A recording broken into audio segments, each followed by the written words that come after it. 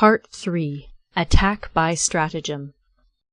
Sun Tzu said, "In the practical art of war, the best thing of all is to take the enemy's country whole and intact. To shatter and destroy it is not so good.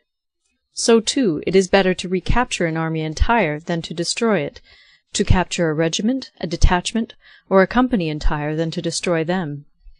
Hence, to fight and conquer in all your battles is not supreme excellence. Supreme excellence consists in breaking the enemy's resistance without fighting.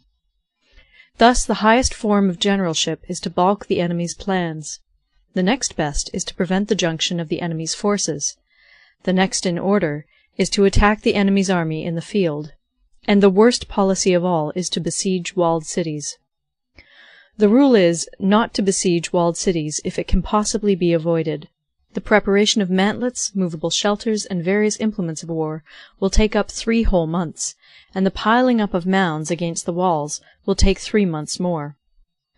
The general, unable to control his irritation, will launch his men to the assault like swarming ants, with the result that 1/3 of his men are slain, while the town still remains untaken. Such are the disastrous effects of a siege. Therefore the skilful leader subdues the enemy's troops without any fighting. He captures their cities without laying siege to them. He overthrows their kingdom without lengthy operations in the field. With his forces intact he will dispute the mastery of the empire, and thus, without losing a man, his triumph will be complete. This is the method of attacking by stratagem. It is the rule in war, if our forces are 10 to the enemy's 1, to surround him; if 5 to 1, to attack him; if twice as numerous, to divide our army into 2. If equally matched, we can offer battle; if slightly inferior in numbers, we can avoid the enemy; if quite unequal in every way, we can flee from him. Hence, though an obstinate fight may be made by a small force, in the end it must be captured by the larger force. Now the general is the bulwark of the state. If the bulwark is complete at all points, the state will be strong. If the bulwark is defective, the state will be weak. There are 3 ways in which a ruler can bring misfortune upon his army. 1. By commanding the army to advance or to retreat, being ignorant of the fact that it cannot obey. This is called hobbling the army. 2. By attempting to govern an army in the same way as he administers a kingdom, being ignorant of the conditions which obtain in an army. This causes restlessness in the soldiers' minds. 3. By employing the officers of his army without discrimination through ignorance of the military principle of adaptation to circumstances. This shakes the confidence of the soldiers. But when the army is restless and distrustful, trouble is sure to come from the other feudal princes. This is simply bringing anarchy into the army, and flinging victory away. Thus we may know that there are 5 essentials for victory. 1. He will win who knows when to fight and when not to fight. 2. He will win who knows how to handle both superior and inferior forces. 3. He will win whose army is animated by the same spirit throughout all its ranks. 4. He will win who, prepared himself, waits to take the enemy unprepared. 5. He will win who has military capacity and is not interfered with by the sovereign. Hence the saying, if you know the enemy and know yourself, you need not fear the result of 100 battles. If you know yourself, but not the enemy, for every victory gained you will also suffer a defeat. If you know neither the enemy nor yourself, you will succumb in every battle. End of Part 3. Part 4. Tactical Dispositions. Sun Tzu said, "The good fighters of old first put themselves beyond the possibility of defeat, and then waited for an opportunity of defeating the enemy.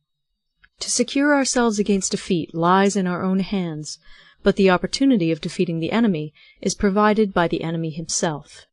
Thus the good fighter is able to secure himself against defeat, but cannot make certain of defeating the enemy. Hence the saying, one may know how to conquer without being able to do it." Security against defeat implies defensive tactics. Ability to defeat the enemy means taking the offensive.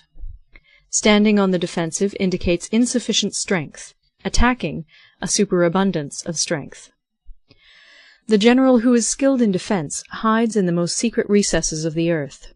He who is skilled in attack flashes forth from the topmost heights of heaven. Thus, on the one hand, we have ability to protect ourselves, on the other, a victory that is complete. To see victory only when it is within the ken of the common herd is not the acme of excellence. Neither is it the acme of excellence if you fight and conquer, and the whole empire says, "Well done!" To lift an autumn hair is no sign of great strength. To see the sun and moon is no sign of sharp sight. To hear the noise of thunder is no sign of a quick ear. What the ancients called a clever fighter is one who not only wins, but excels in winning with ease. Hence his victories bring him neither reputation for wisdom nor credit for courage. He wins his battles by making no mistakes. Making no mistakes is what establishes the certainty of victory, for it means conquering an enemy that is already defeated. Hence the skilful fighter puts himself into a position which makes defeat impossible, and does not miss the moment for defeating the enemy. Thus it is that in war the victorious strategist only seeks battle after the victory has been won, whereas he who is destined to defeat first fights and afterwards looks for victory. The consummate leader cultivates the moral law and strictly adheres to method and discipline. Thus it is in his power to control success. In respect of military method we have, firstly, measurement; secondly, estimation of quantity; thirdly, calculation; fourthly, balancing of chances; fifthly, victory. Measurement owes its existence to earth; estimation of quantity to measurement; calculation to estimation of quantity; balancing of chances to calculation; and victory to balancing of chances.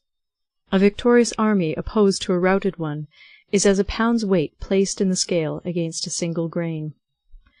The onrush of a conquering force is like the bursting of pent-up waters into a chasm 1,000 fathoms deep. End of Part 4.